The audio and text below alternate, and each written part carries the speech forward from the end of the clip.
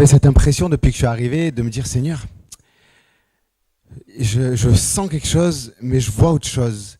Et je ne comprends pas pourquoi ce décalage. Je sens une grande gloire qui veut éclater. Et je sens comme si on venait jusqu'à la porte.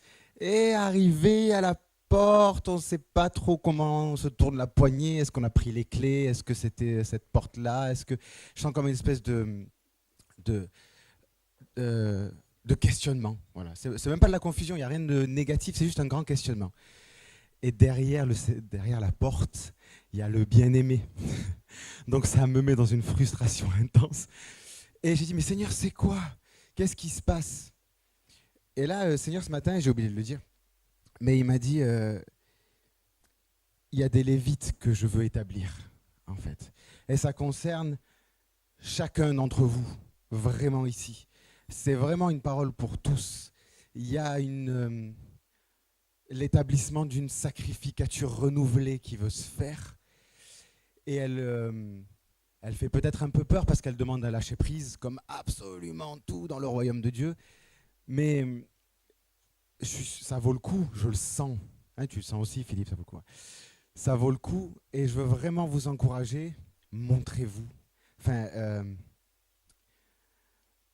à un moment donné, j'aimerais, là, je vais, par la grâce de Dieu, Bezrat Hashem, comme on dit chez moi, réussir à faire cette prêche. Et, mais à la fin, donc on va essayer ensuite d'aller dans un temps de ministère autour du thème de la prêche pour essayer d'aller chercher la clé que le Seigneur a essayé de nous expliquer. J'aimerais vraiment qu'on se libère des chaises et qu'on devienne une famille.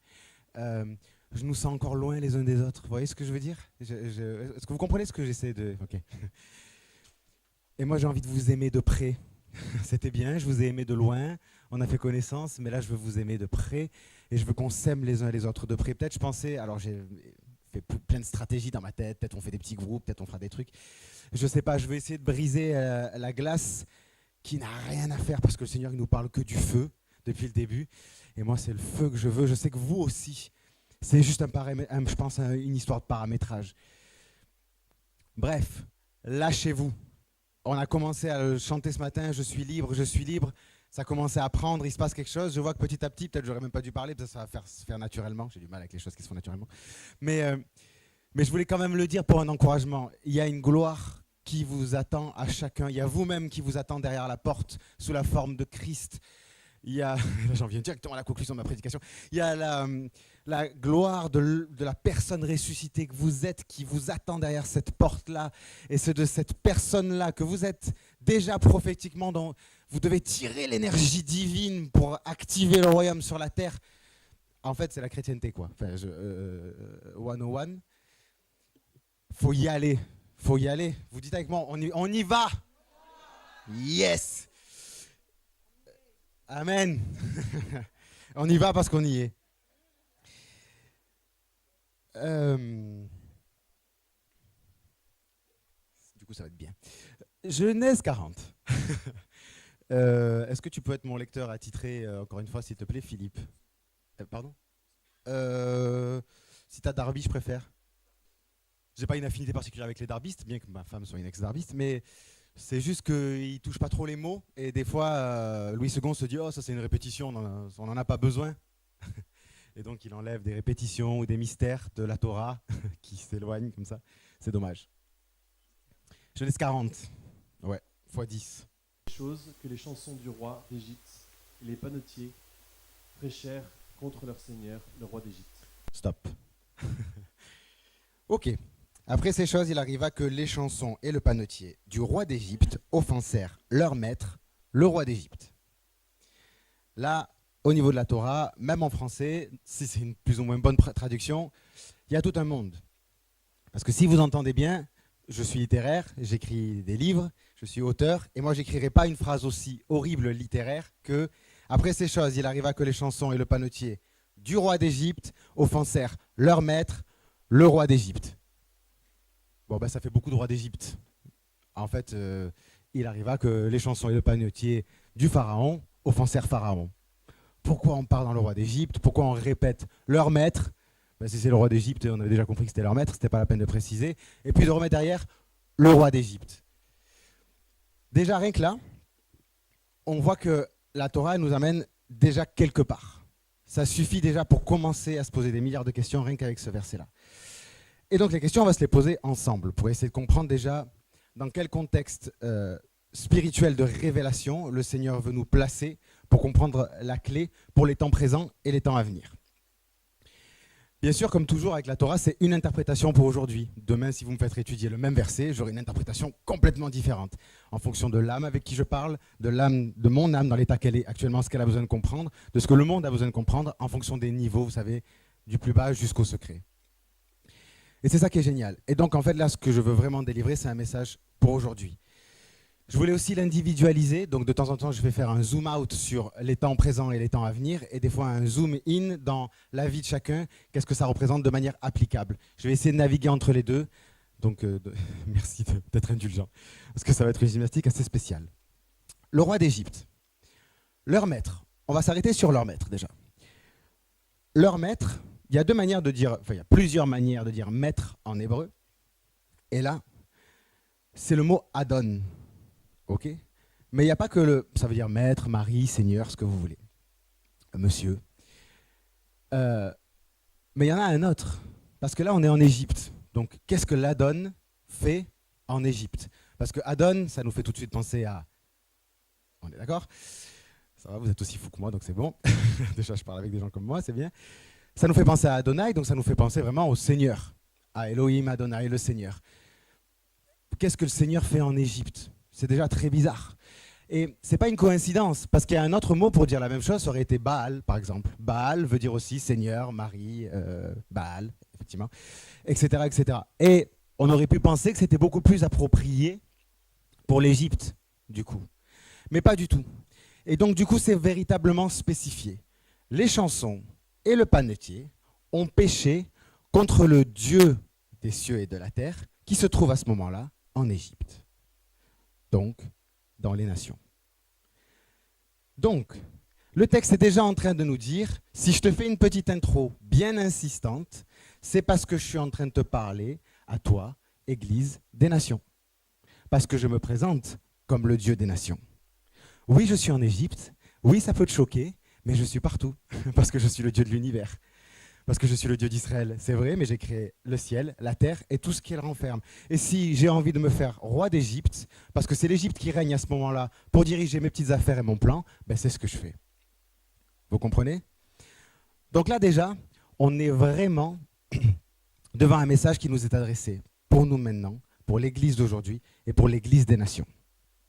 Ok? Si vous commencez à réfléchir, si vous connaissez ce passage, c'est le passage où Joseph, lui, il est déjà en prison. Okay, Joseph qui représente du coup l'espoir d'Israël, puisque c'est par Joseph qu'Israël est sauvé de la famine, parce qu'il devient lui-même ensuite intendant, bras droit d'Égypte, etc., le tout-puissant d'Égypte. Okay, donc vous voyez où le plan de Dieu va. Donc on est dans l'introduction de ce plan-là, de comment le Seigneur va restaurer telle chose pour la remettre à tel endroit, afin que Israël revienne à sa place et soit glorifié et rentre dans son appel. D'accord? Du coup, comme une coïncidence, c'est pile, à mon avis, mais je ne suis pas le seul à le penser, la situation dans laquelle on est à l'heure actuelle au niveau de l'Église des Nations. D'accord? Donc, Adon, Égypte, le Seigneur dans les nations. Maintenant, on va s'occuper des acteurs du premier verset. Tu peux relire le verset, s'il te plaît?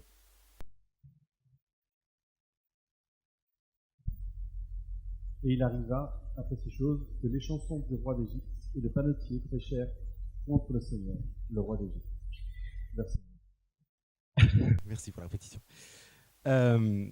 Et chanson, panetier. Panetier, c'est celui qui s'occupe du pain. Et chanson, c'est celui qui s'occupe du... Ok. Donc, le Seigneur des nations, le Dieu de l'Église des nations, est énervé, irrité, à cause d'une offense qui a été commise par ceux qui sont responsables du pain et du vin. Là, ça commence à piquer, mais je pense que tout le monde voit où on va. Ok.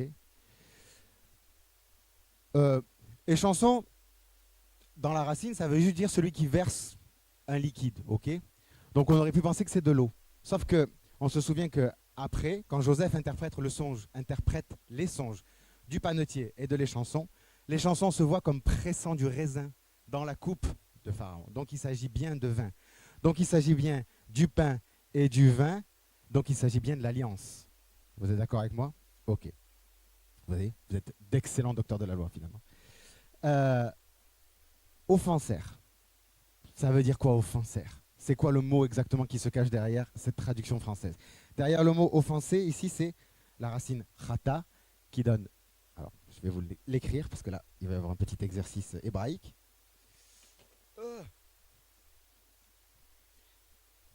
Chet, n'est-ce pas? Tête. Il est un peu haut, mais vous lui pardonnerez. Et Aleph. Donc ça, c'est la racine, d'accord? La racine, si je change juste les voyelles et que je garde exactement les mêmes lettres, vous savez que ça fonctionne avec des consonnes, Philippe l'a répété hier, j'obtiens chet, et chet c'est le péché. Mais chet, du coup, comme l'a dit Philippe, il m'a mâché le travail, c'est encore génial, chet c'est aussi juste une lettre en elle-même, ok? Sinon, chet. Donc, il y a eu chet contre le Seigneur des nations, contre le Dieu de l'Église des nations, à cause de l'alliance. Ils ont fait chet. Mais chet, c'est quoi? Chet, ça veut dire aussi en hébreu la clôture, la barrière. D'ailleurs, dans son symbole, elle est très mal dessinée, mais c'est une barrière. Ok? À quel moment dans ta vie tu te retrouves devant une barrière? Quand tu prends le mauvais chemin. Parce que tu n'es pas censé être sur un chemin où tu croises une barrière. Ça veut dire que tu as dévié. D'ailleurs, on dit que le péché, c'est manquer la cible. C'est pour ça. En fait, les chansons et le panetier ont pris l'alliance et ont commencé à la faire dévier pour la faire partir dans une clôture.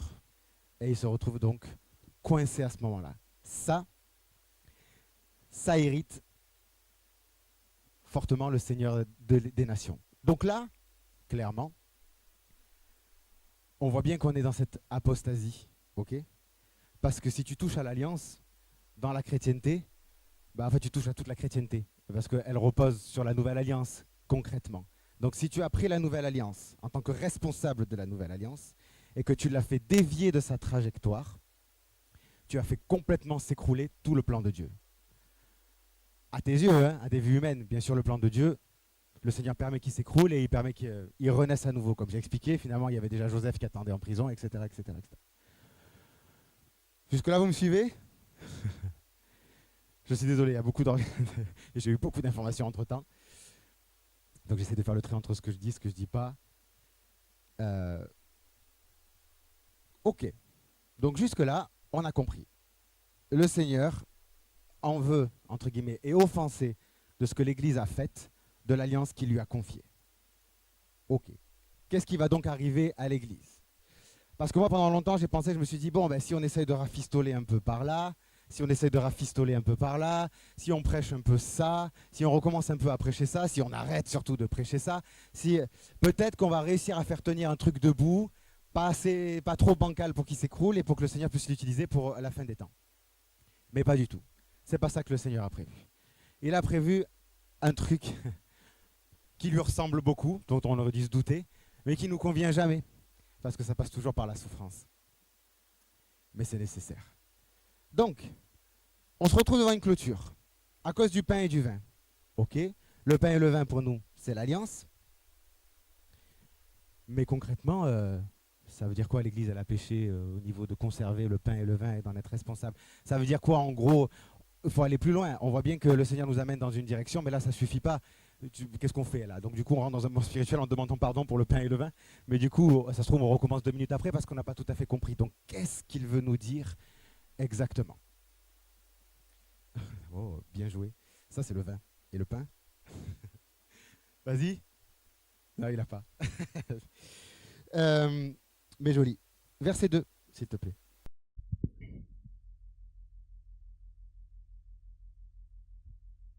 Et le Pharaon fut irrité contre ces 2 officiers, contre le chef des échansons et contre le chef des panetiers.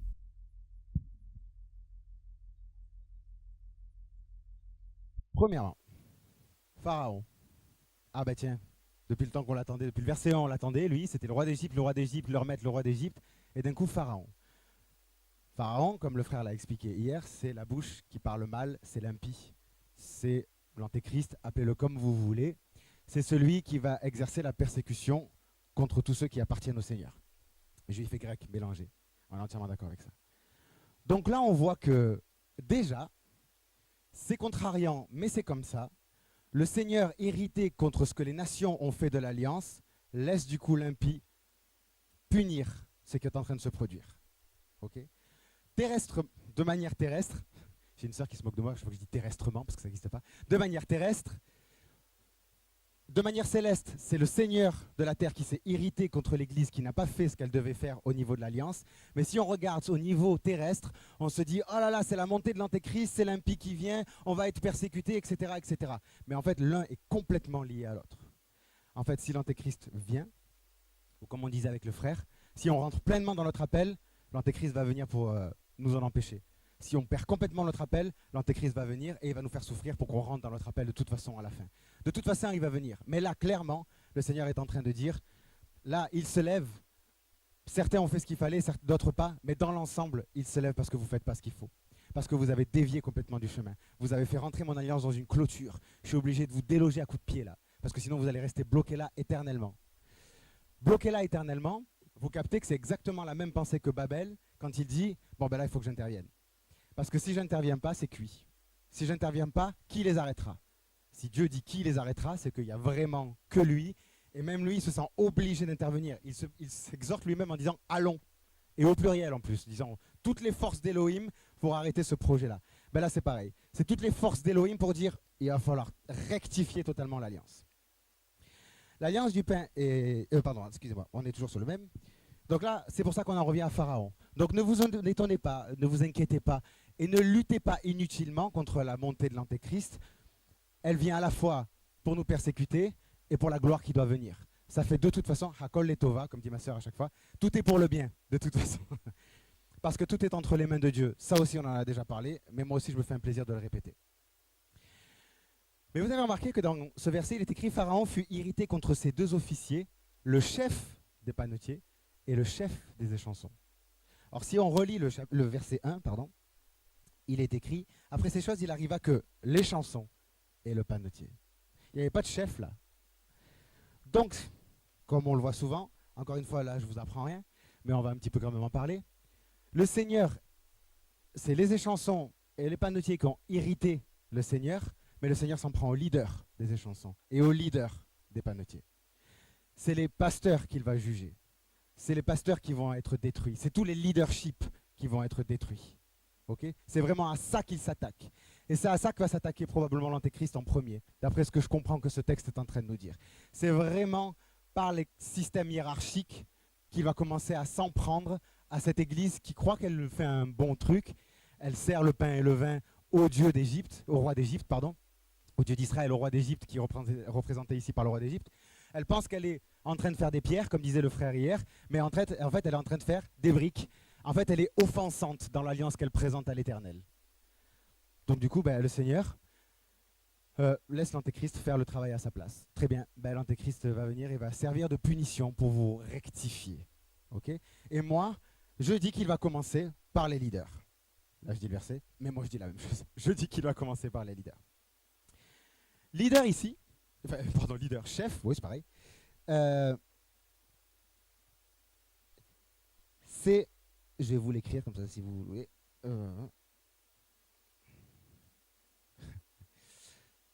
C'est Sar. Ok.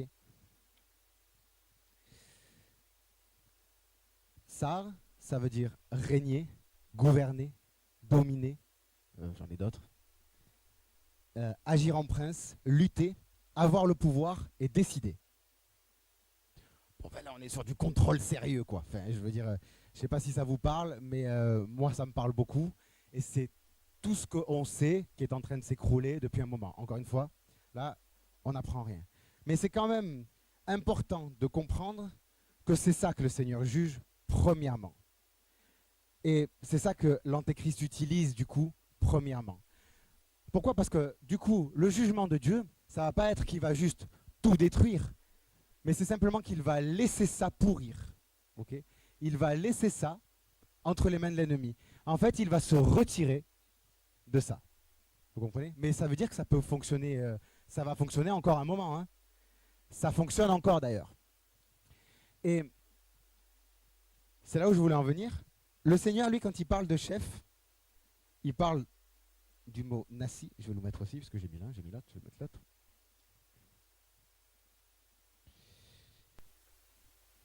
Et nasi, c'est lever, élever, porter, supporter et chef de famille. Donc ça n'a strictement rien à voir.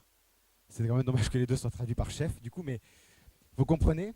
La pensée de Dieu, elle est de dire, là je vais frapper tous ceux qui sont sars, et pour leur faire comprendre que moi ce que j'attends, c'est des nazis.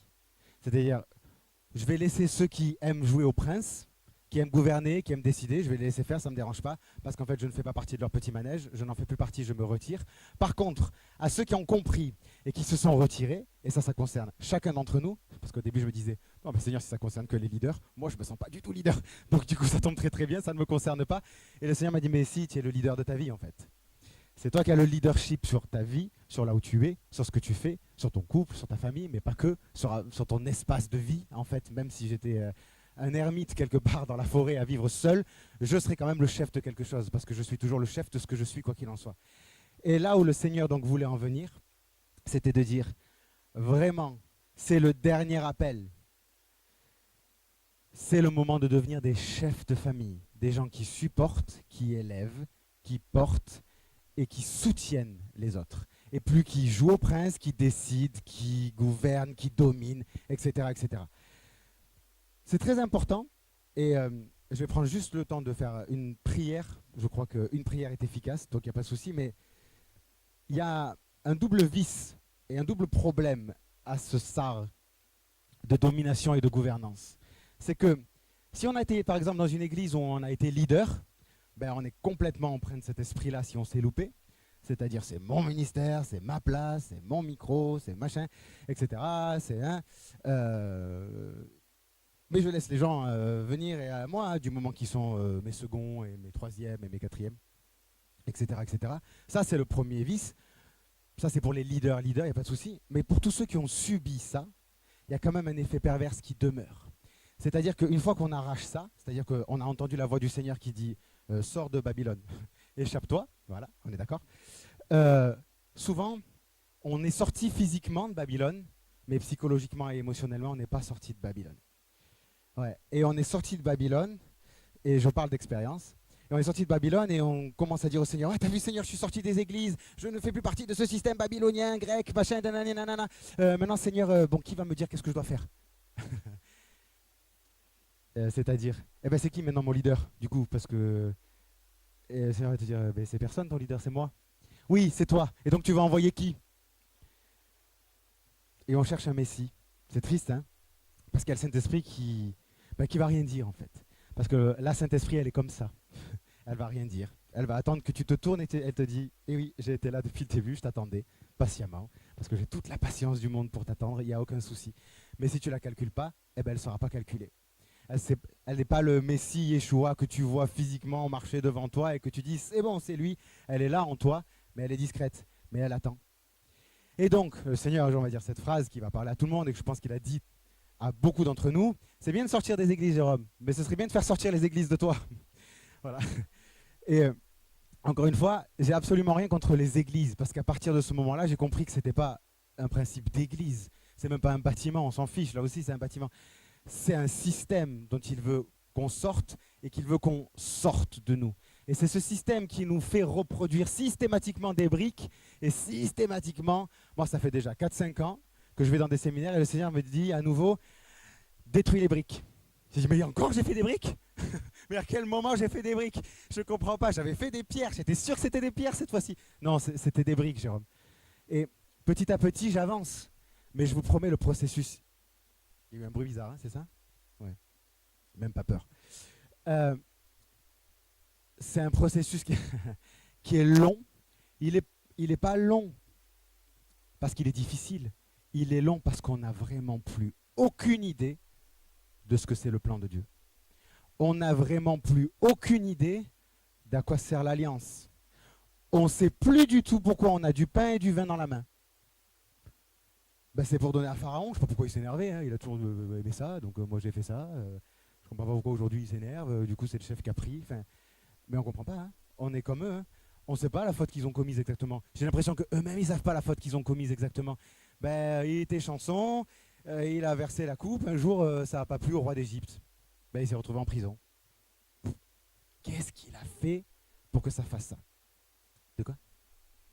Qu'est-ce qu'il a fait exactement?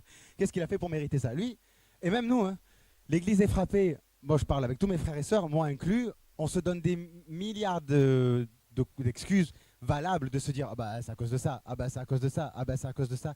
Mais on sent bien dans nos cœurs qu'il manque une pièce quand même, qu'il manque une clé pour comprendre, de se dire bah, c'est à cause de ça, mais c'est quand même bizarre parce que quand on faisait pas ça, on sentait quand même que ça partait en vrille. Donc il y a quand même un truc qui manque.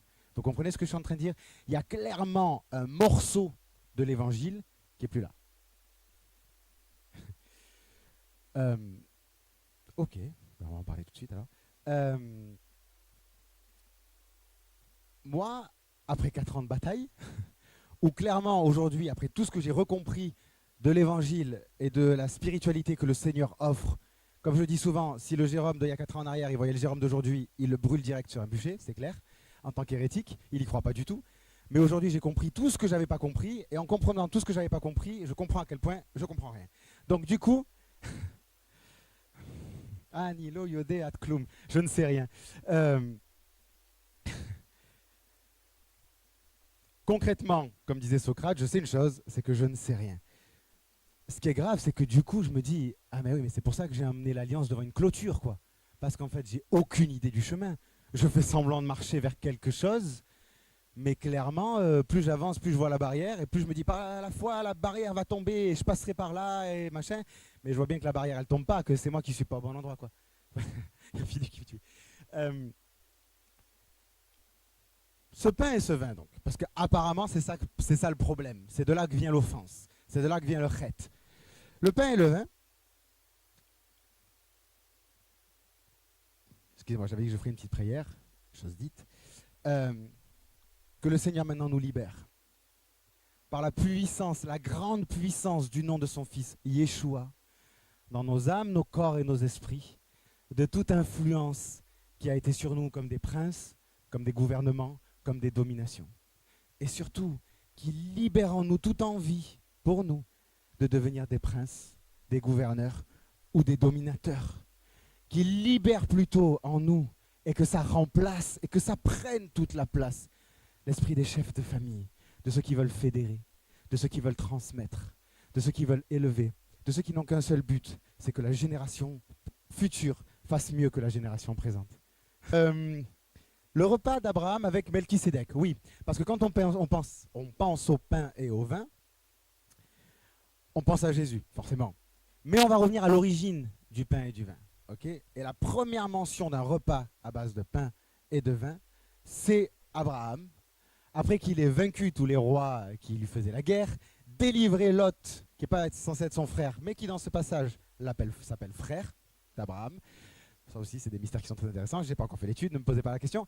Ensuite, il rencontre Melchisédek. Et là, il y a alliance entre eux. Alliance qui permettra ensuite de faire cette alliance avec les animaux coupés, dans le chapitre suivant. Donc c'est cette préparation-là.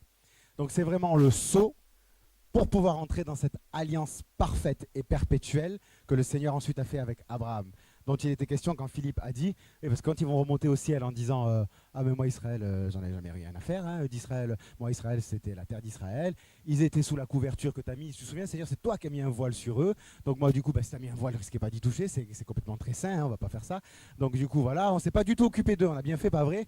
Abraham il va vous répondre, non pas du tout. Parce que du coup, tu n'es pas du tout ma postérité là. Parce qu'en fait, ma postérité, c'est Israël. Si tu ne te sens pas greffé sur Israël, ou si tu n'as pas envie de déchirer ce voile à tout moment pour qu'enfin paraisse la gloire, tu as loupé un truc, clairement. Bien entendu, c'est un rapport avec ce que je suis en train de dire, parce que ça fait aussi partie du pan qu'on a loupé, de ce morceau qui n'est plus dans l'évangile. Melchisédek, il y a un paradoxe qui m'est apparu, à savoir, le pain, le vin. Euh, le vin, comme disait mon frère, parle de sacrificature. Et ça tombe bien parce que Melchisédek, il est sacrificateur du Dieu très haut. Et il n'est pas que sacrificateur, Melchisédek, il est aussi roi, exactement. Oh, j'ai eu chaud là, il y a eu une hésitation. Il est roi de Salem et sacrificateur du Dieu très haut. Et justement,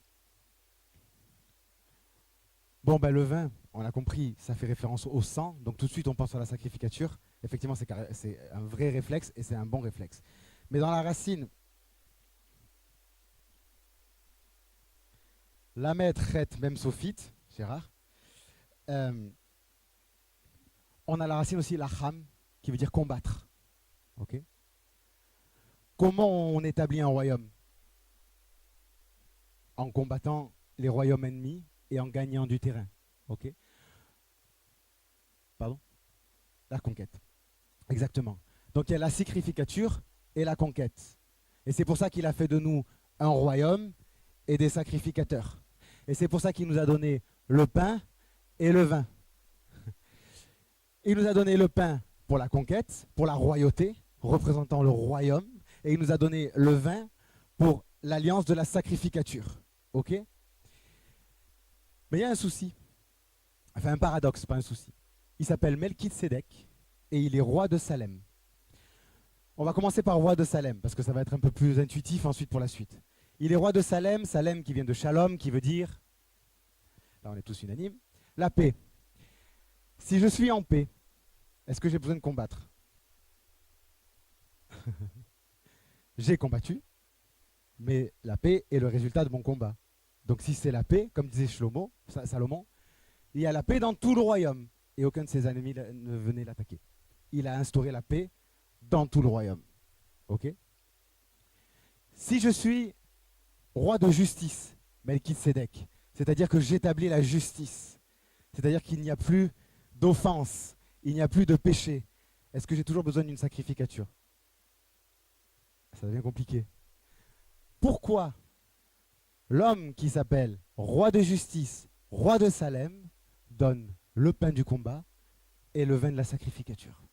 Sachant que ce qu'il est lui-même annule la nécessité de toutes ces choses-là. Et là, ça va commencer à tordre les cerveaux. Pour une raison très précise, c'est qu'on va commencer à comprendre d'où vient la clôture et pourquoi on a dévié. Et c'est pas du tout intuitif parce que nous, on est convaincus que c'est ça le bon chemin, que c'est ça faire des pierres et pas faire des briques. Et c'est pour ça qu'on recommence. Le combat spirituel, c'est génial, et je me tourne vers Max, qui en est un professionnel. La sacrificature, c'est tout aussi génial, mais si je ne m'abuse, dans le millénium, est-ce qu'il y aura une sacrificature pour tuer des animaux et pour les péchés à nouveau? Et dans le millénium, est-ce qu'on va combattre Satan? Donc, le millénium est bien le but de notre existence, n'est-ce pas? Donc si le but de notre existence, c'est pas combattre, et c'est pas être une sacrificature, on va transformer sacrificature en évangélisation. Ok? Parce qu'évangéliser, finalement, c'est transmettre la sacrificature, c'est refaire le péché de Yeshua sur la croix, c'est refaire la sanctification des péchés, la purification des péchés grâce à Yeshua sur la croix. Par ce sacrifice-là, nous sommes sacrificateurs et nous annonçons le salut, faisant le sacrifice à tous ceux qui viennent vers nous et qui ne l'ont pas encore reçu. C'est comme ça qu'on se présente sacrificateur, on est entièrement d'accord. Mais évangéliser dans le millénium, vous allez parler de Jésus dans le millénium à des gens dont ils savent que c'est déjà leur roi et qu'il existe et qu'il est là et qu'il règne? Vous allez essayer de leur faire croire dans un mec qui existe et qui est en face d'eux? Vous comprenez ce que je veux dire? Donc il y a un bug là en fait. Et c'est là qu'on commence à toucher à l'offense qui a été faite au pain et au vin, à la sacrificature et au royaume. C'est que dans le millénium vers lequel on est censé se diriger, mais qu'on ne se dirige plus du tout, ben ces choses-là, elles sont que temporaires et provisoires. Ouais. Ma sœur, ne nous fais pas faire 1000 ans de bons en avant parce que sinon là on va s'en sortir. Mais oui, il y a encore un combat, effectivement. De toute façon, c'est fractal, donc c'est normal. Mais là où je veux en venir, c'est que si c'est provisoire, c'est que c'est pas le but, c'est que c'est le moyen. Et à partir du moment où tu fais de ton moyen ton but, eh ben, tu tournes en rond et tu vas dans la clôture. Exactement comme si je te disais, fais un meuble. Comment je fais un meuble? Ben tiens, je te donne un clou, des clous, un marteau, il y a du bois, tu plantes des clous et tu assembles les bois. Et il assemble, et il assemble, et il assemble. Et il te fait pas un meuble, il te fait une tour de Babel infinie. Non mais, je t'avais demandé de faire un meuble parce que je voulais une table. Ben, tu m'as fait une tour, je peux rien en faire de ce truc-là. T'as pas compris. Le but, c'était de faire une table, pas de planter des clous dans du bois. Vous comprenez? Le but de notre existence, et là je vais faire une séparation dans nos cerveaux entre vie et existence. Ok? Parce que je veux vexer personne, parce que j'ai dit que c'était un professionnel du combat, et maintenant je dis que le combat c'est provisoire. Le but de nos vies, c'est combattre et évangéliser. Mais le but de notre existence, c'est pas ça. Vous comprenez la différence? Je vis là maintenant, et je fais ça, parce que je prépare quelque chose. Mais c'est le but de ce que je prépare qui est le but de mon existence. Donc, je ne rattache pas mon existence à ce que je suis en train de faire, mais au but de ce pourquoi je suis en train de le faire. Et ça change tout. Vous comprenez? Je vais expliquer. Je suis convaincu que vous avez compris, hein, c'est juste que quand je m'écoute parler, je me dis, mais là, tu compliques pour rien. Alors, c'est quoi le but? On va faire ça, ce sera simple. Le but est dans l'atome, à savoir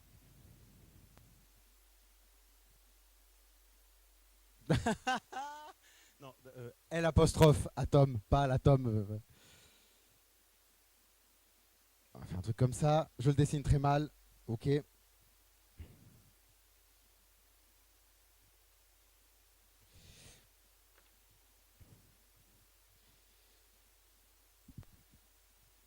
Un jour, je vais vous raconter cette expérience et vous allez comprendre où je vais en venir.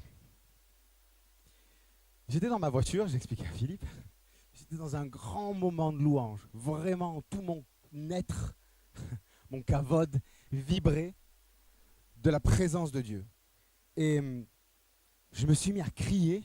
Je me languis la résurrection des morts. Je me languis la résurrection des morts. Et je me suis laissé crier ça. Mais dans ma tête, je me disais, qu'est-ce que tu racontes? Pourquoi tu cries ça? Je me suis laissé faire le moment. Et à la fin, je me suis interrogé en disant, Jérôme, il faut qu'on en parle. Qu'est-ce qui t'a pris? Et j'avais pas de réponse. Et je disais, Seigneur, je suis content hein, que les morts ressuscitent. Enfin, je veux dire, je savais que ça fait partie du processus. Il y a l'enlèvement, il y a la résurrection des morts, Seigneur revient, le millénium, etc.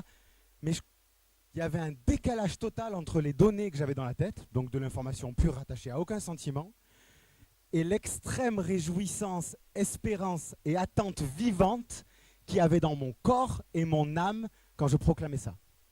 L'écart était tellement grand que je me suis dit, mais j'y connais rien dans la résurrection des morts en fait. Mais je me languis d'un truc que je comprends même pas, que je sais rien dessus. Mais c'est hyper grave.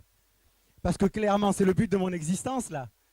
Et je me suis dit, mais Jérôme, tu loupes un but. En fait, tu loupes le but. De là, j'étais traumatisé. J'ai plus rien voulu savoir de la résurrection des morts. Jusqu'à ce que le Seigneur, il y a une semaine, me dise, tu vas reparler de la résurrection des morts. Donc là, du coup, il a fallu que je recommence à essayer de comprendre. Parce que c'est compliqué. Les quelques versets qu'on a sur la résurrection des morts, que ce soit Ancien Testament ou Nouveau Testament, sont souvent rattachés à des gros préjugés, des doctrines qui sont ancrées depuis des milliers d'années. Donc du coup, je retombais sur les mêmes schémas. Oui, il y a la résurrection des morts, bon ça c'est pour qu'on soit glorifié. Ça veut dire quoi ça? Il faut quoi faire, on va être glorifié? Parce qu'il faut que nos corps soient glorifiés. Oui, j'ai compris. Pourquoi il faut que nos corps soient glorifiés? Et la question, je ne sais pas, parce que le Seigneur l'a décidé. Et donc tu crois qu'il a juste décidé comme ça?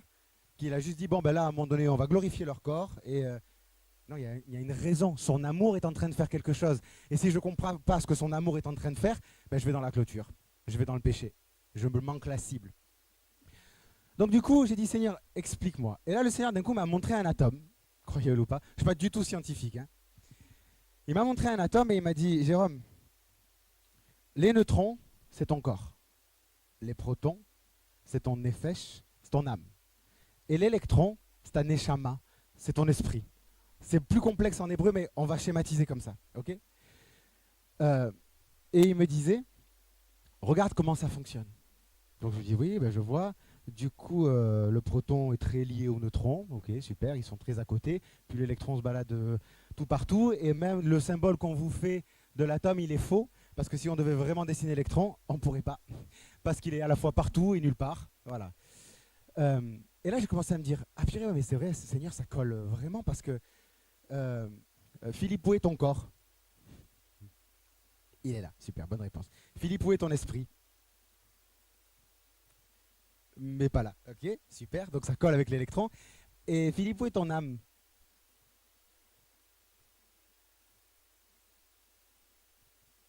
C'est plus difficile.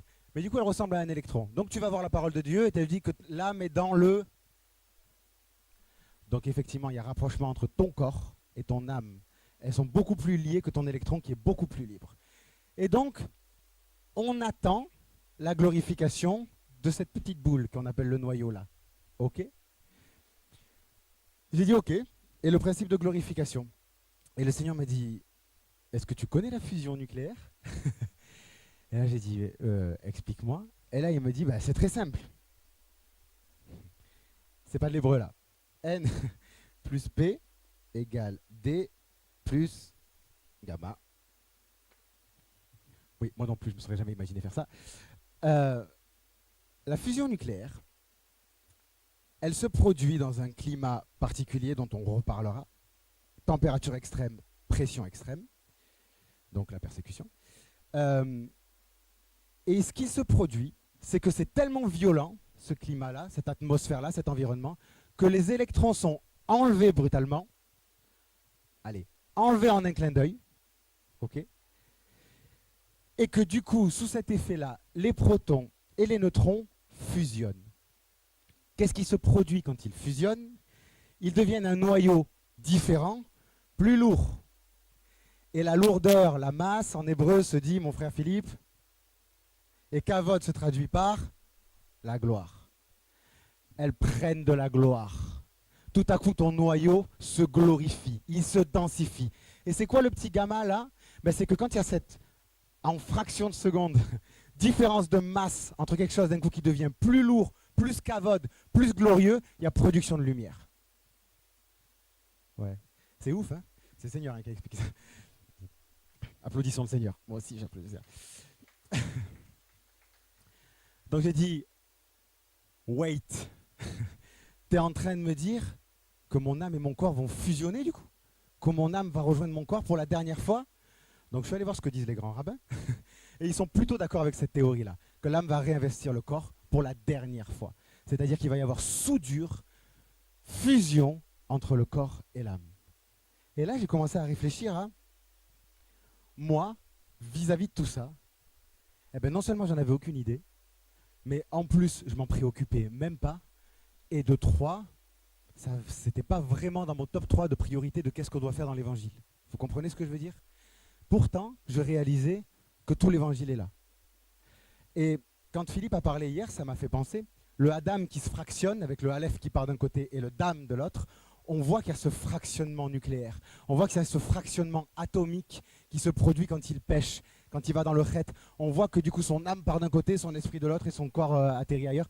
Et du coup il est en espèce d'équilibre fou, qu'on peine encore à comprendre scientifiquement parlant, mais qui est complètement instable et qui a besoin d'une fusion. La fusion nucléaire, c'est ce qui se produit dans le cœur des étoiles. C'est pour ça qu'elles brillent. Et il me semble qu'à un moment donné, on est appelé à être comme elles, qu'on va briller comme les étoiles. C'est réel, je veux dire, c'est par phénomène atomique, il y a vraiment ça qui va se produire. Ça, je me suis dit, comment tu t'y es pas intéressé? Vous me connaissez, je pose des milliards de questions à la seconde, à absolument tout, à Dieu, aux hommes, aux animaux, aux plantes, je parle à tout, et je demande tout à tout. Et je me suis dit, tu t'es jamais posé cette question? Tu t'es jamais intéressé à ça? Là où je veux en venir par rapport à Melchisédek. Oui, on en était là, vous vous souvenez? Ouais. Le millénium, la glorification de mon corps, mon être ressuscité, comme Paul dit, et je veux participer aux souffrances de mon Mashiach, afin que si je peux, je puisse aussi participer à la résurrection des morts. Quand il en parle, il y a une ferveur et une conviction qu'on voit que ce sont les fondements de sa spiritualité. Vous comprenez ce que je veux dire? la chrétienté moderne, elle a complètement occulté ce fondement-là. Le fondement de la résurrection des morts, du millénium, de la création de quelque chose qu'on doit bâtir, qu'on doit bâtir dans nos corps en tant que temple, nous corps glorifiés, et qu'on doit bâtir en tant que temple à Jérusalem, dans le millénium, en tant que nouvelle race, nouvelle civilisation. Tout ça, malheureusement, dans la chrétienté moderne, n'a plus aucune valeur. Et ça, c'est un problème. C'est ce qui fait que le panetier et les chansons se retrouvent en prison. J'avais prévu de m'arrêter là. Du coup, j'ai comme un doute. On a l'impression qu'il y a une suite, non? Je sais pas, qu'est-ce que vous en pensez? Ouais. Lydie, elle m'a fait pouce. Je parlais avec mon frère Philippe, lui, parce qu'ils sont deux, qu'ils soient 3 et 10, Seigneur. Et on a amené à 3h du matin hier, on en arrivait à une réflexion que je voudrais clarifier avant de partir sur un moment de ministère. Je ne peux pas vous enseigner comment pouvoir vous rattacher à votre millénium, à votre glorification des corps. Je peux vous l'expliquer et c'est cool, on sent tous une vibration, quelque chose, le Seigneur nous parle, mais moi je ne suis pas votre leader et moi je ne vais certainement pas jouer le rôle de gouverneur ou je ne vais pas faire le prince au milieu de vous, je ne sais pas. Mais gloire à Dieu, il a envoyé son fils qui est mort, qui est passé par la glorification des corps, lui-même qui en est ressorti glorifié, qui nous a dit c'est vrai, regardez, je suis le premier, je suis les prémices de cette résurrection à venir. Et il vous a envoyé le Saint-Esprit. Et lui, il sait tout. Et il peut tout faire avec vous. Donc le moment de ministère qu'on va passer ensuite, c'est je veux toucher du doigt mon être glorifié. Je veux me sentir glorifié. Je veux savoir ce que ça fait, je veux me comprendre. La sœur, elle sait de quoi je parle parce qu'on a abordé le sujet. C'est de ça en fait que ça parle. Hein. Il faut ressentir ça. Pourquoi il faut ressentir ça? Sarah, ma sœur, qui a complètement disparu. D'accord, ok. Elle devait faire le piano. Elle me pose une question, elle me dit, tu sais, à chaque fois qu'il y a une attaque sur Israël, je me sens attaqué moi-même. Est-ce que tu crois que c'est normal? Est-ce qu'il y a une explication? Et moi, je suis fou devant ce genre de questions parce que je me dis, bien sûr qu'il y a une explication, bien sûr que c'est normal, mais je me dis, bon, c'est écrit, on le lit, on le répète depuis 2000 ans, on est greffé sur l'olivier franc. Mais clairement, greffé sur l'olivier franc, ça ne prend plus. C'est quelque chose ça y est, c'est une brique. On se le répète, mais ça ne bâtit plus rien. C'est très creux, c'est du vide. C'est une information, elle n'est pas rattachée à un sentiment. Et pour qu'on en vienne à me reposer la question, est-ce que tu penses que c'est normal? Déjà, oui, c'est normal. Mais c'est normal pour 2 raisons. Premièrement, parce qu'on est greffé. Mais qu'est-ce que ça veut dire, greffé? Ça veut dire que la chrétienté, elle le prend à l'envers en ce moment. Et c'est pour ça qu'elle va dans la clôture. Elle se dit, j'ai l'esprit de prophétie. Et l'esprit de prophétie me permet en gros, si vous voulez, d'être connecté avec Israël, d'être connecté avec mon frère, ma sœur, me permet d'être connecté avec la création autour de moi. Tout ça, c'est vrai. Hein. Mais tout ce principe de connexion, il passe par ton toi glorifié. Hein. Il passe parce que tu es dans ton baptême, en imitation du Mashiach dans sa mort et dans sa résurrection glorieuse. Et je parle de résurrection glorieuse là, parce que, laissez-moi vous annoncer une nouvelle qui va peut-être vous peiner, mais Lazare qui était ressuscité, il est mort. Et l'enfant de la veuve de Sarepta qui était ressuscité, il est mort aussi. Et absolument tous les gens qui ont ressuscité, même de nos jours, parce qu'il y en a encore, je suis désolé de vous annoncer qu'ils meurent encore. Mais il y en a un qui n'est pas revenu à la vie dans un état atomique similaire. Il y en a un qui a ressuscité, c'est-à-dire qu'il est passé par la fusion de son âme avec son corps. Il est passé par la glorification qui produit la lumière, Ein Sof à l'infini. Et c'est celle-là, hein. Il ne faut pas se tromper. Hein. Vous comprenez ce que je veux dire? Il ne faut surtout pas déspiritualiser ça, parce que c'est par ces forces-là qui sont dans la résurrection du Mashiach que nous obtenons la capacité, nous, d'être en pleine connexion avec absolument tout, et en priorité Israël. Pourquoi? Parce que c'est Israël, c'est la prunelle des yeux de Dieu, c'est Israël. Non mais oui, tout ça, mais c'est parce que c'est le millénium. C'est en Israël que ça se passe. Hein. Et la glorification des corps, tous les os, c'est là-bas qu'ils vont revenir aussi. Hein. Et tout ce qui se produit, en fait, c'est en Israël.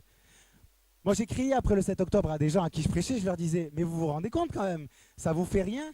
Oui, mais bon, comme Israël est encore dans le péché, Israël est encore dans l'aveuglement, Israël... Et je supporte plus ces mots. Vrai ou pas vrai, je m'en fiche complètement, je ne supporte plus. Oui, d'accord. Mais tu sais que le bébé qui a été égorgé ou mis dans un four le 7 octobre, il a été égorgé et mis dans un four pour ton millénium, pour ton futur. Enfin, c'est pour toi qu'il meurt, Israël. C'est pour toi qu'il est persécuté. C'est pour toi qu'il saigne.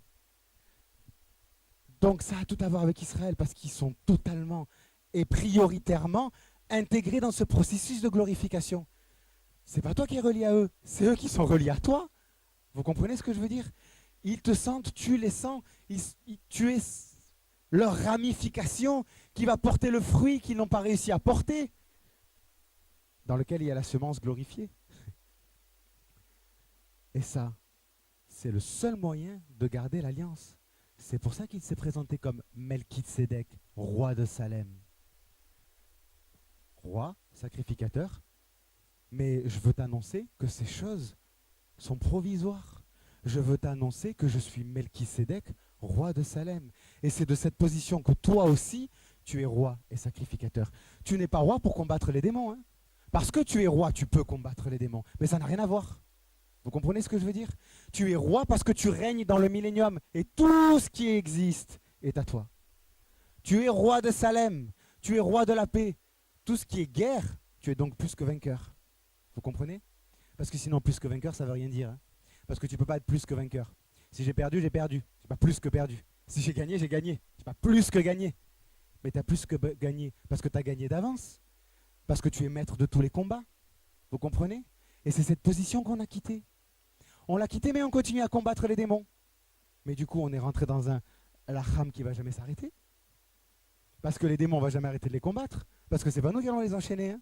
Enfin, ils seront là jusqu'à la fin, jusqu'au moment où les anges vont venir et les enchaîner. Sans rendre vainqueurs pour nous. C'est pas dire c'est bon, on les a tous éradiqués. Vous comprenez? Les liens, les esprits impurs, les démons, les anges déchus, et j'en passe, tout ça. Notre but, c'est pas de les exterminer, hein. C'est pas de les combattre. C'est de faire valoir la victoire que nous avons déjà obtenue en tant que roi de Salem. En tant que nous sommes déjà assis sur les trônes qui nous sont prévus. Pas à cause de nous, parce que le Mashiach est allé pour nous, prophétiquement, et l'a arraché pour nous. Pas pour lui-même. Il n'a pas vu ça comme une proie à prendre pour lui. Il a vu ça une proie à prendre pour nous. Ben oui. Parce qu'il n'est pas de ceux-là, lui. Il n'est pas de ceux qui gouvernent et dominent. Il est de ceux qui élèvent et qui portent. Et c'est pour ça qu'il faut redevenir ces gens-là, qui élèvent et qui portent. Parce que tu ne peux pas redevenir roi de Salem si tu t'occupes de ton royaume. Mais si tu finis par t'occuper des démons qui sont autour de toi, ben tu t'occupes de ton royaume. Tu t'occupes plus du royaume dans son ensemble. Or, il ne t'est pas demandé de t'occuper de ton royaume, il t'a demandé de t'occuper du royaume. Il n'est pas à toi, il est à tous tes frères et sœurs. Pense d'abord qu'il est à eux et tu verras, ce sera plus simple. Pareil pour la sacrificature. Tu n'es pas là pour évangéliser 1000 âmes, 3000 âmes, 5000 âmes, 10 000 âmes, méga church, double méga church, bishop, archibishop. On s'en fiche, je suis très heureux hein, des 10 000 âmes qui se convertissent. Vraiment. Mais c'est pas du tout le but. Hein. Ben si, comme ça, ils sont sauvés, arrachés de la main de... Ah ouais? On revient dans cette même église dans 10 ans. Déjà, si la moitié est plus là, c'est un miracle, parce que des fois, il y en a plus que la moitié qui sont déjà plus là, et ceux qui restent, je ne suis pas sûr qu'ils soient arrachés de quoi que ce soit. Vous comprenez ce que je veux dire? Donc, ce n'était pas ton but, en fait. Ton but, c'était d'être sacrificateur, comme dans le millénium, c'est-à-dire la justice et l'amour, la réparation du monde. Tu n'es pas juste sacrificateur pour faire valoir Jésus, tu es sacrificateur pour faire valoir Jésus en tant que réparation du monde d'en haut, du monde d'en bas, du monde intérieur, du monde extérieur, jusque dans l'infiniment petit de l'atome quantique, dans l'infiniment grand des astres les plus éloignés et des trous noirs qu'on ne sait même pas encore ce qu'il y a dedans. C'est de ça, hein, dans tes sacrificateurs. Vous comprenez? Ce n'est pas du tout la même position. Et si concrètement, dans les faits, tu n'as pas l'impression que ça change grand-chose, dans le sens que moi, du moment que j'apporte du vin et du pain au roi d'Égypte, moi c'est ce qu'on m'a demandé. Hein. Moi c'est ce qui est écrit. Bon, ma fonction c'est échanson, panetier. Oui, tu vas continuer à faire ça, t'inquiète pas. Tu vas continuer à chasser des démons hein, si tu fais ça. Beaucoup plus qu'avant peut-être, plus efficacement qu'avant surtout. Et surtout ceux que le Seigneur t'aura demandé de faire partir, pas tout ce qui bouge autour de toi. Parce que sinon tu vas perdre un temps fou et tu vas construire Babel. C'est-à-dire perdre un temps fou à faire un truc qui va être détruit en un jour. Ça sert à rien. Pareil. Passe pas ton temps à évangéliser tout le temps, en te disant il faut que si c'est possible, je prenne le plus grand nombre et on reprend les termes de Paul. Oui, mais les termes de Paul, elles se positionnent dans la glorification de l'âme et du corps. Hein. Elles ne se positionnent pas comme une espèce de religion prosélyte. Ce n'est pas du tout son cas. Elle se projette dans la glorification des corps, le millénium, le règne qui doit venir. C'est ça qui l'intéresse à lui. Hein. D'ailleurs, il le dit, qu'est-ce qui m'est plus avantageux, que je parte, que je sois auprès du Père? Non, il vaut mieux que je reste avec vous. Et il se pose des questions, en écrivant sur une lettre. Et il dit, non, il vaut mieux que je reste avec vous, il y a encore des trucs à faire. Ah oui, le provisoire. Il en oublie le provisoire. Le pain et le vin, il est tellement dans la gloire à venir qu'il est obligé de se rappeler, ah oui, mais il y a encore des choses à faire. Vous imaginez l'inverse? C'est fou.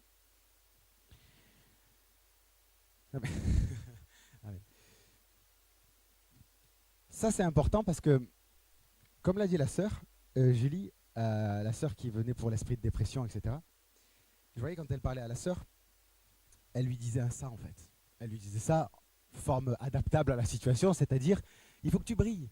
Plus tu vas briller, plus les ténèbres vont reculer. Plus tu vas être toi-même, plus tu vas te rendre compte que la dépression, elle va tomber. Et si il faut arriver à la dernière seconde, juste couper la tête de la dépression, c'est bon, c'est fini. C'était ça la délivrance. Tu as toussé, même pas. Tu t'es levé un matin, tu t'es dit, tiens, je me sens plus du tout déprimé. L'esprit est parti. Il n'avait plus rien à prendre comme énergie spirituelle. Tout ce qui était énergie spirituelle, c'était lumière. Qu'est-ce que tu veux qu'ils prennent comme nourriture? Il n'y a plus rien à nourrir là. Les démons sont fous, mais ils sont pas bêtes, dans le sens que s'il n'y a plus rien à manger ici, ils vont ailleurs en fait. Hein. Donc ils s'en vont. Elle lui présentait ça. Mais je voyais la sœur en face qui avait du mal à croire dans ses paroles. C'était triste. Je voyais qu'elle se disait, oui, non, mais je suis pas capable. Je vais pas y arriver. Non, tu n'es pas capable si tu ne te positionnes pas en tant que roi de Salem et prêtre du Dieu très haut, si tu ne te positionnes pas dans ton toit glorifié. Par contre, qu'est-ce qui va se produire? Tu vas avoir la délivrance. Hein. On va prier pour toi, on va chasser le démon, et il y a quand même ça marche, comme j'ai dit. Ça fonctionne. Tant que tu amènes du pain et du vin, tu as l'impression qu'il y a quand même un ministère qui se met en place et que c'est quand même efficace. Mais c'est loin d'être efficace. Parce qu'être délivré de la dépression, mais toujours pas être rentré dans la lumière rayonnante de ce que tu es, ça sert à rien. Tu loupes le but. Vous comprenez ce que je veux dire? Commence par être dans la lumière. Hein. Et si même dans la lumière c'est difficile, là c'est bien de faire intervenir la délivrance. Vous comprenez la différence? C'est ça hein, qu'il faut viser et rien d'autre. On verra si je reparle, parce que Dieu fera ce qu'il veut, que c'est trop tard. Wow, il commence un moment de ministère avec c'est trop tard. Ils partent en prison. Hein. Voilà, c'est fait, c'est écrit. Ils partent en prison. Mais c'est bien la prison. C'est un moment d'isolement. C'est un moment où tu n'as plus rien d'autre à penser que toi. Alors, t'as rien à faire, tu peux pas t'échapper. En tout cas, pas vers l'extérieur. Mais tu peux toujours t'échapper vers l'intérieur en prison. Vers l'intérieur, c'est toujours infiniment intérieur et il n'y a rien qui t'en empêche. C'est pour ça que d'ailleurs, même en prison, Pierre et les autres, ils étaient déjà dans la glorification des corps et dans le millénium. Hein, donc ils louaient. Personne n'a pu emprisonner qui que ce soit en fait. Personne n'a pu mettre à mort qui que ce soit. Comment tu mets à mort un corps glorifié? Ah oui, tu mets à mort le provisoire, oui, effectivement, tu emprisonnes le provisoire. Mais le provisoire, ils s'en souviennent plus. Eux. Ils s'en souvenaient plus, les apôtres du provisoire. Ils étaient déjà dans le monde de demain. Vous comprenez? Nous, on essaie de servir le monde de demain à partir du monde d'aujourd'hui. Mais il faut servir le monde d'aujourd'hui à partir du monde de demain. C'est ça la clé. C'est trop tard, mais c'est pas grave, parce qu'on va finir en prison, gloire à Dieu. Dans cette prison-là, on a le temps de revenir en nous-mêmes, de retrouver celui qui a les clés de tout, le Saint-Esprit. De la reconsulter en disant, ok. Et si quelqu'un pourrait prendre le piano et faire des accords, même Philippe Wassieux. Je ne sais pas si ça va durer longtemps ou pas, mais j'aimerais qu'on ferme tous les yeux, si c'est possible. Juste pour se concentrer, il n'y a pas du tout de... Personne ne va lever la main, vous inquiétez pas. Vous pouvez lever la main, mais personne ne l'a demandé. Repensez à cet atome, à cette magnifique formule divine qui est N plus P égale D plus gamma. Parce que c'est l'évangile pur et dur, ça. Ouais. Parce que vous êtes lumière. Et j'aimerais que tu te répètes ça, en fait. Je suis lumière. Avec tous les tons de voix que tu veux, je veux que tu continues de le répéter. Je veux que tu continues de le répéter jusqu'à ce que la brique pète et que tu vois un bout de pierre se profiler. Je veux que tu continues à le répéter jusqu'à ce que la culpabilité de dire Tu es sûr que tu es vraiment lumière? Parce que hier, parce que la semaine prochaine, je ne sais pas si tu te souviens, mais tu as fait, on s'en fiche. Parce que l'ennemi ne peut toucher que le provisoire. Vous savez pourquoi? Parce qu'il ne peut même pas se projeter à partir du millénium, il n'y est pas dedans. Il ne sait même pas à quoi ça ressemble le millénium. Et il ne le saura jamais. Donc toute la liberté est pour toi. Tu es lumière. Et là où tu es, il n'y a plus de démons. Il n'y a plus Satan. Il n'y a plus d'ange déchu. Il n'y a plus de lien. Tu es absolument, atomiquement et totalement parfait. Tu n'es que gloire et lumière. Je veux que tu sentes ça jusqu'à ce que ça chatouille ton âme et qu'elle se mette à vibrer et que ton corps vibre avec elle. Parce qu'eux, ils chantent déjà la gloire du jour où ils verront cette fusion. Du jour où Dame retrouvera son Aleph. Du jour où ton sang et ton corps, dont Paul dit ils n'ont pas part au royaume, pourront avoir part au royaume. Parce que dans l'état qu'ils seront eux-mêmes le royaume. Je veux que tu sentes ça, parce que ça c'est vraiment toi. Parce que ça suffit à se rendre vainqueur de toute domination, de toute principauté, de tout acte charnel, de toute persécution. Ça, c'est l'amour dans sa forme la plus pure. Et c'est ce que tu es. C'est ce que tu as toujours été. Et c'est ce que tu seras éternellement.